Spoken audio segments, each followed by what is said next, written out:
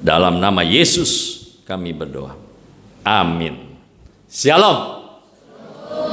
Sekali lagi selamat Paskah ya. Kita akan membaca firman Tuhan yang akan kita renungkan bersama pagi ini dari Matius 28 ayat 1 sampai 10. Saya akan membacakannya bagi Bapak Ibu, Saudara sekalian. Bapak Ibu, Saudara sekalian bisa sama-sama memperhatikannya. Demikian firman Tuhan. Setelah hari Sabat lewat, menjelang menyingsingnya fajar, pada hari pertama minggu itu, pergilah Maria Magdalena dan Maria yang lain menengok kubur itu. Maka terjadilah gempa bumi yang hebat, sebab seorang malaikat Tuhan turun dari langit dan datang ke batu itu dan menggulingkannya, lalu duduk di atasnya. Wajahnya bagaikan kilat dan pakaiannya putih bagaikan salju. Dan penjaga-penjaga itu gentar ketakutan dan menjadi seperti orang-orang mati. Akan tetapi malaikat itu berkata kepada perempuan-perempuan itu, "Janganlah kamu takut, sebab aku tahu kamu mencari Yesus yang disalibkan itu. Ia tidak ada di sini, sebab ia telah bangkit, sama seperti yang telah dikatakannya. Mari, lihatlah tempat ia berbaring. Dan segeralah pergi dan katakanlah kepada murid-muridnya bahwa ia telah bangkit dari antara orang mati. Ia mendahului kamu ke Galilea. Di sana kamu akan melihat dia. Sesungguhnya aku telah mengatakannya kepadamu." Mereka segera pergi dari kubur itu dengan takut dan dengan sukacita yang besar, dan berlari cepat-cepat untuk memberitahukannya kepada murid-murid Yesus. Tiba-tiba Yesus berjumpa dengan mereka dan berkata, "Salam bagimu." Mereka mendekatinya dan memeluk kakinya serta menyembahnya. Maka kata Yesus kepada mereka, "Jangan takut. Pergi dan katakanlah kepada saudara-saudaraku supaya mereka pergi ke Galilea, dan di sanalah mereka akan melihat aku." Bapak Ibu, saudara dikasih Tuhan, kemarin Jumat Agung kita sudah mendengar firman Tuhan, bagaimana Tuhan Yesus menempuh jalan salib, Via Dolorosa, menderita sengsara, bagaimana dianiaya, didera, diolok-olok, dimahkotai duri, darah bercucuran, penderitaan yang berat Tuhan tanggung sampai naik di atas kayu salib dan menyerahkan nyawanya di atas kayu salib. Saudara, kemarin hari Sabtu kita memperingati Sabtu Suci. Ada yang mengatakan Sabtu Sunyi, ya. Di sanalah masa sunyi. Kemudian di hari pertama minggu itu tadi dikatakan perempuan-perempuan yang mengasihi Tuhan Yesus, dia ke kubur, ya. Ingin melihat. Tetapi apa yang terjadi? Ada malaikat, ya. Malaikat turun dari langit, kemudian mengatakan kepada perempuan-perempuan itu, "Jangan takut, jangan takut." Kemudian mengatakan bahwa Tuhan Yesus yang dicari itu tidak ada di sini, ya. Dia sudah bangkit. Ya, dia sudah bangkit seperti yang telah dikatakannya. Saudara, memang Tuhan Yesus itu sudah mengatakan berkali-kali, ya, kepada murid-muridnya sebelum dia mati. Dia mengatakan, "Aku akan ke Yerusalem, di sana akan ditangkap, disiksa, dibunuh, ya. Tetapi aku akan bangkit pada hari ketiga. Saudara, Tuhan Yesus mengatakan, aku akan bangkit pada hari ketiga. Saudara, berkali-kali Tuhan Yesus mengatakan seperti itu. Tetapi saya tidak tahu ya, apakah murid-murid itu mengerti apa yang dikatakan Tuhan Yesus, ya. Saudara, peristiwa itu benar terjadi, ya, benar terjadi. Saudara, Tuhan bangkit, saudara. Kubur kosong, ya. Kubur kosong. Dan malaikat mengatakan dia tidak ada di sini. Lihatlah tempat di mana ia berbaring. Nah, saudara, Tuhan bangkit, ya. Kebangkitan Tuhan Yesus ini menyebabkan kontroversi, ya. Jadi ada yang percaya, ada yang tidak.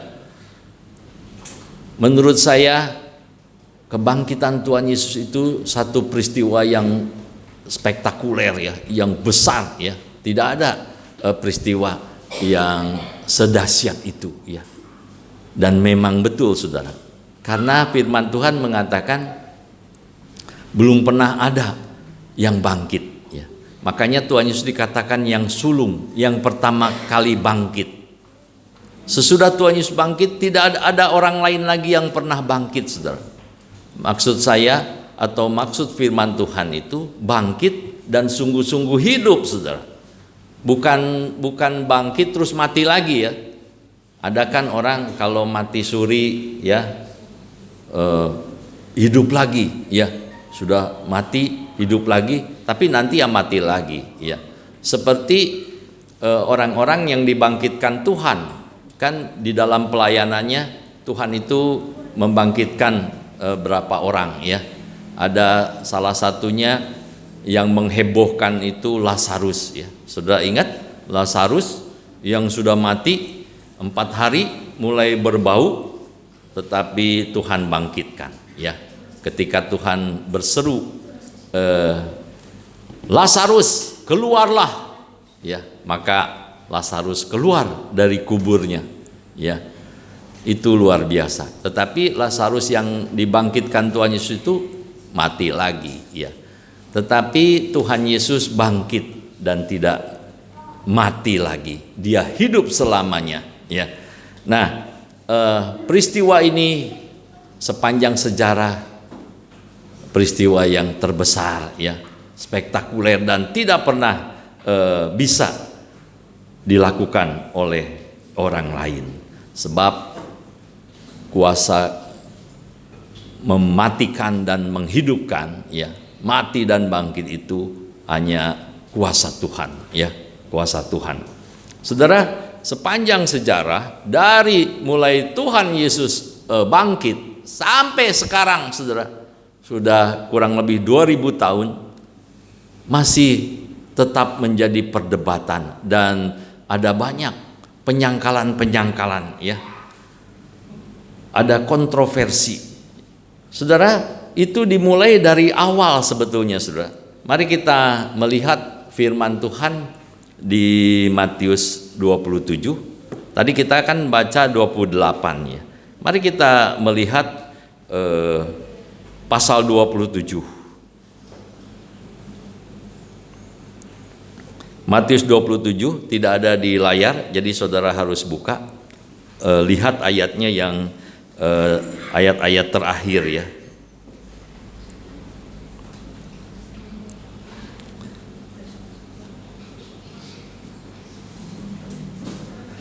Ayat 62, kita baca dari ayat 62.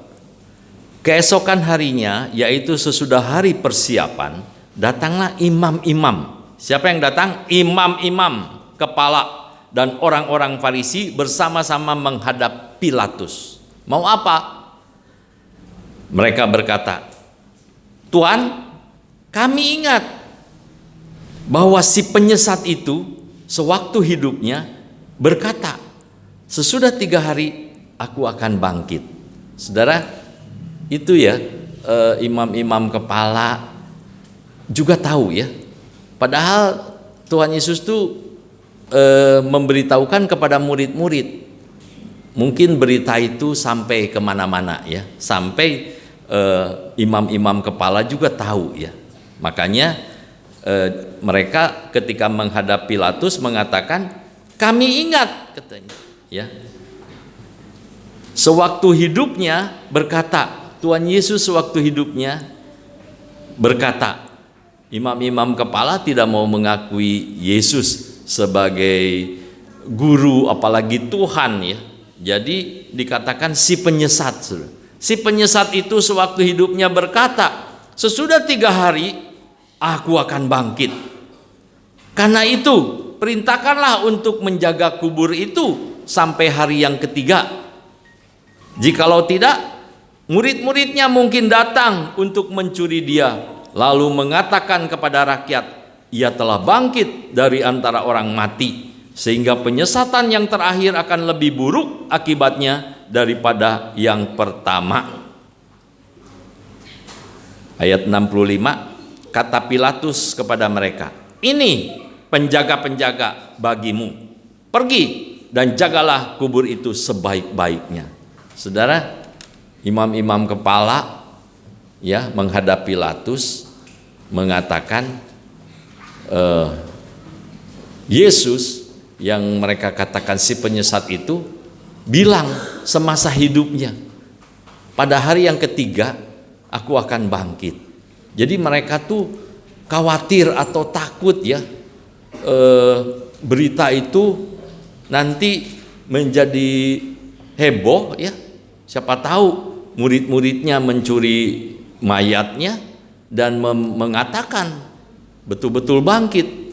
Jadi jagalah kubur itu, kata imam-imam. Pilatus sebagai wali negeri mendengarkan, saudara ya.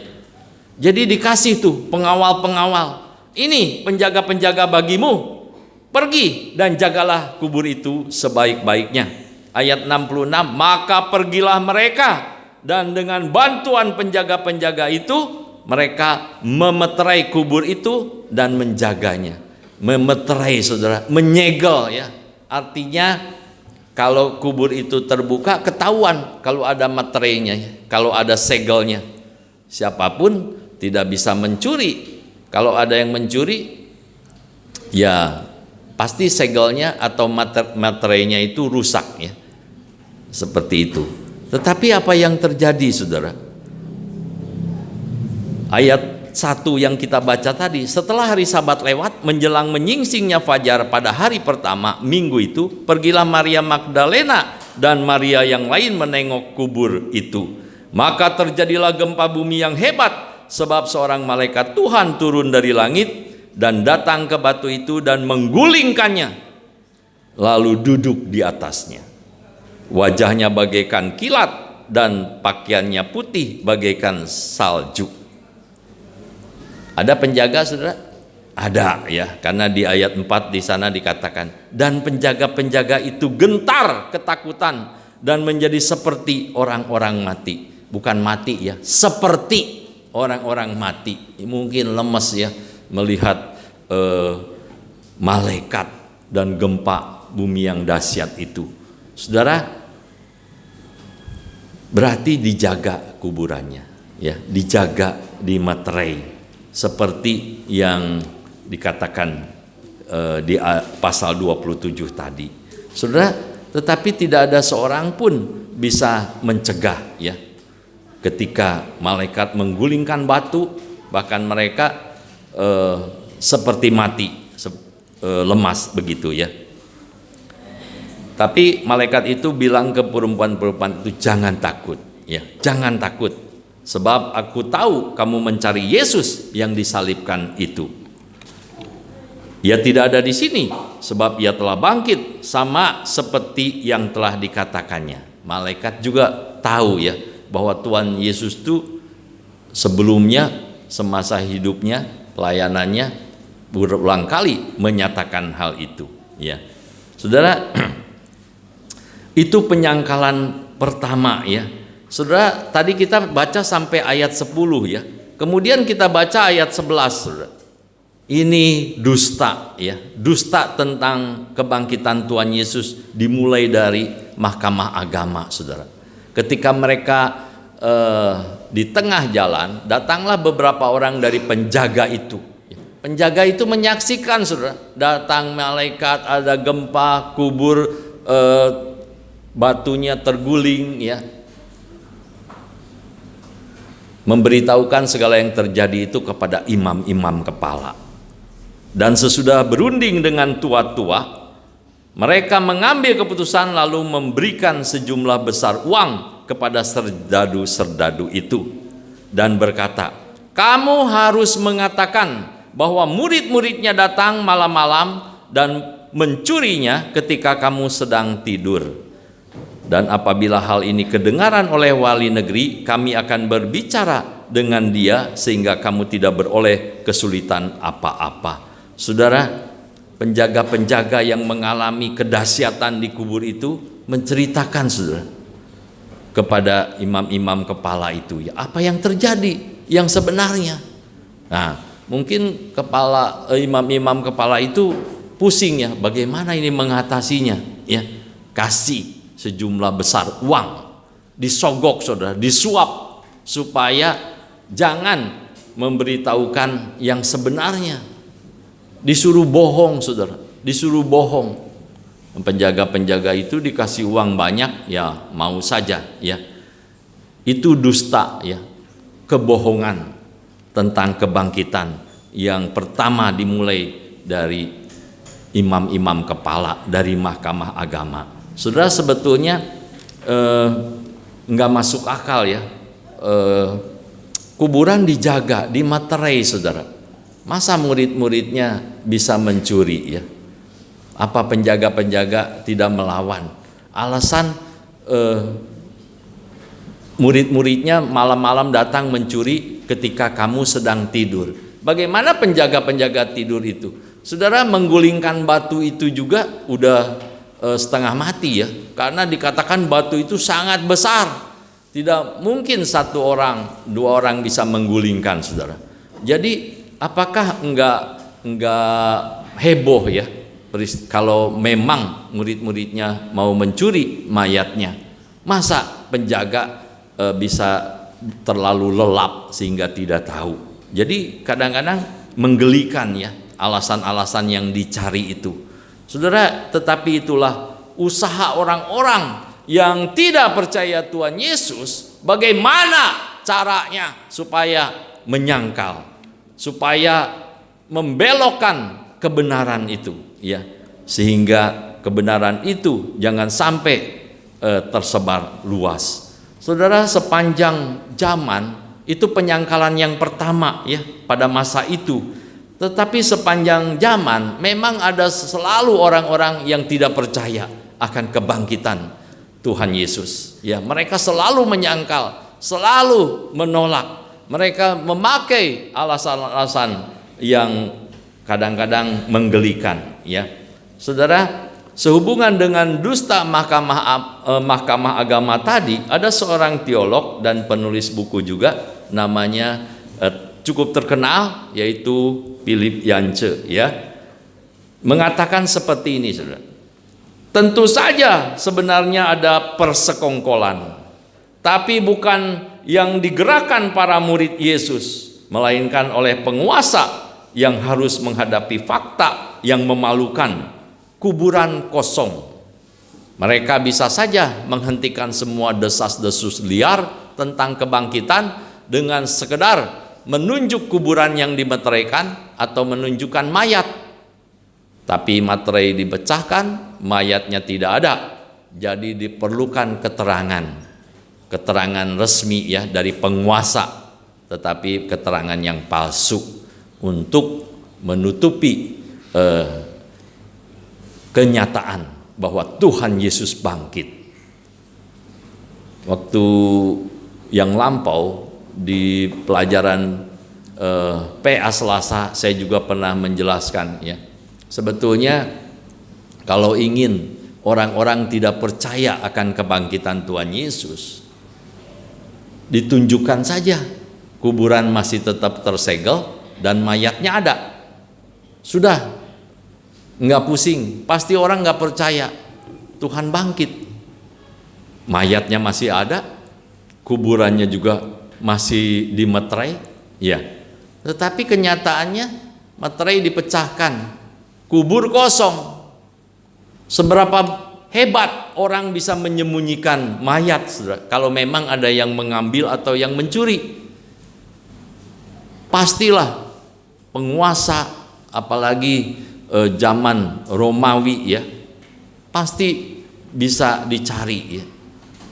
Tetapi memang kenyataannya kubur kosong, tidak ditemukan mayat, ya. Jadi diperlukan keterangan palsu untuk meredam kebenaran ini. Yesus bangkit. Tidak ada kuasa maut atau apapun yang sanggup menahan Yesus Kristus. Oleh sebab itu ketika Tuhan Yesus bangkit dikatakan menang, mengatasi maut, ya. Hai maut, di mana sengatmu? Ya. Udah ditelan, ya, oleh kebangkitan Tuhan.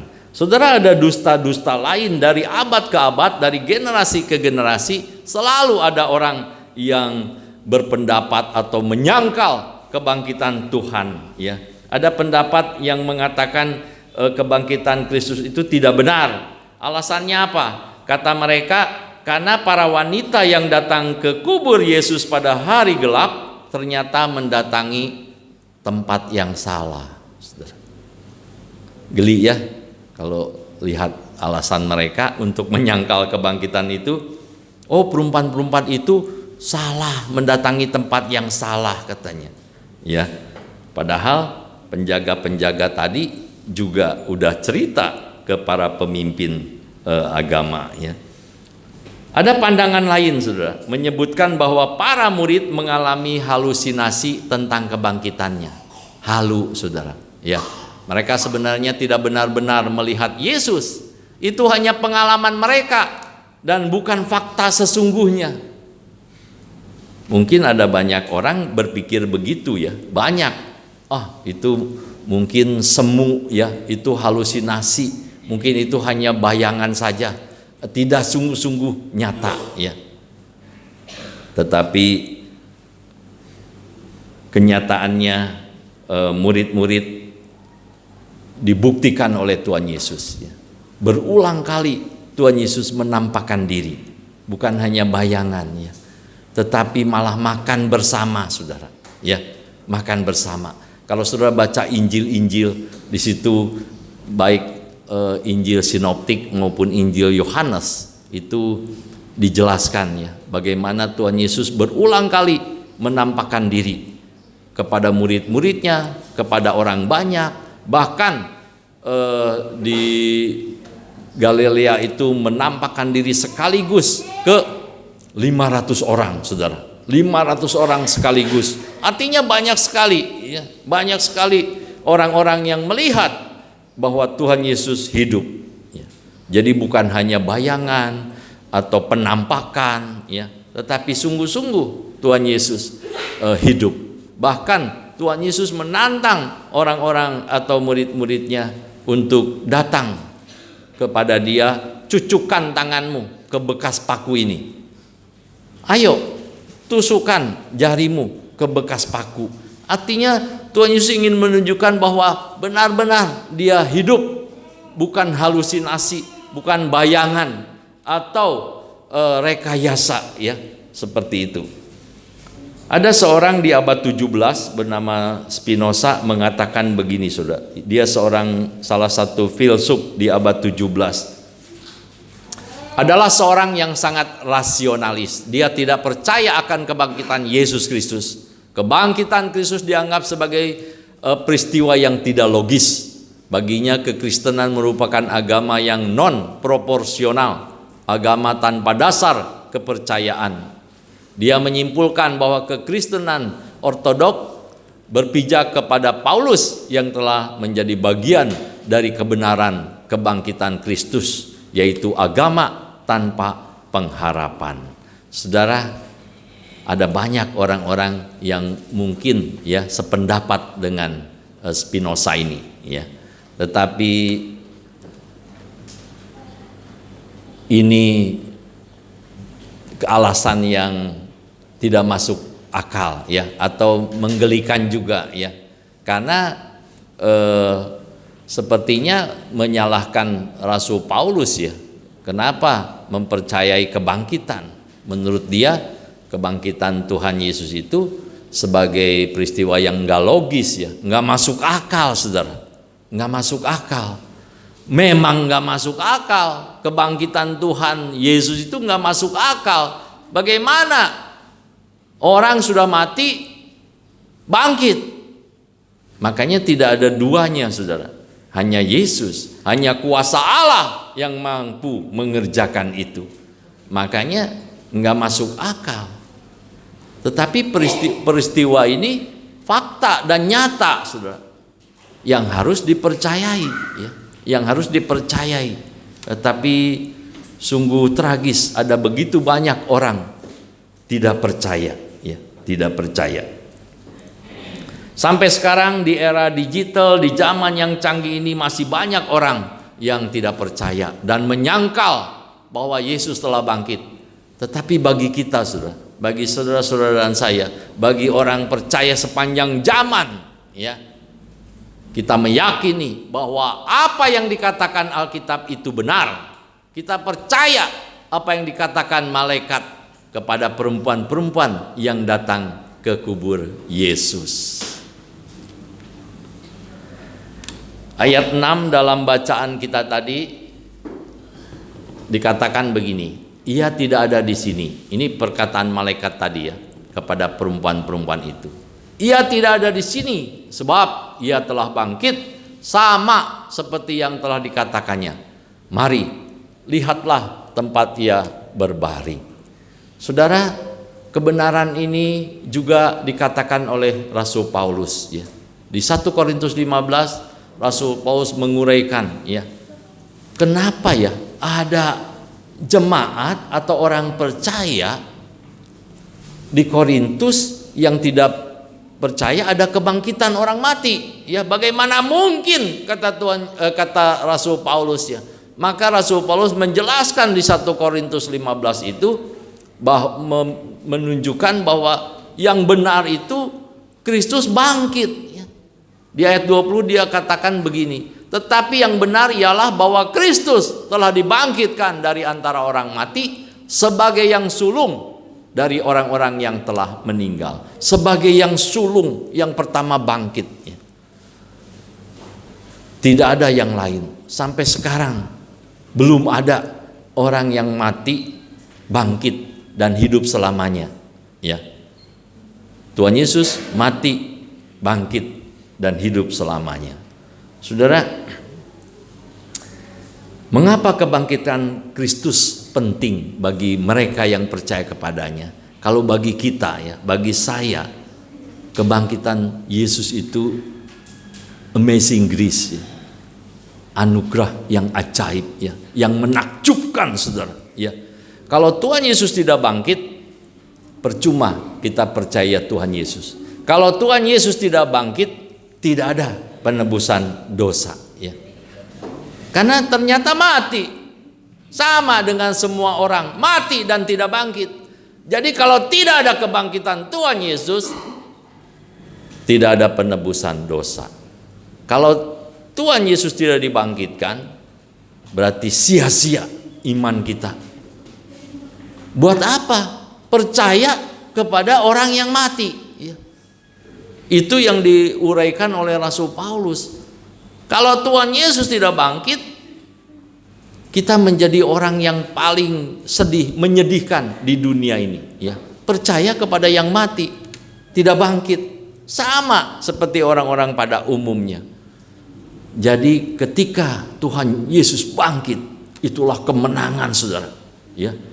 Kemenangan bagi kita, ya, yang percaya kepada Dia.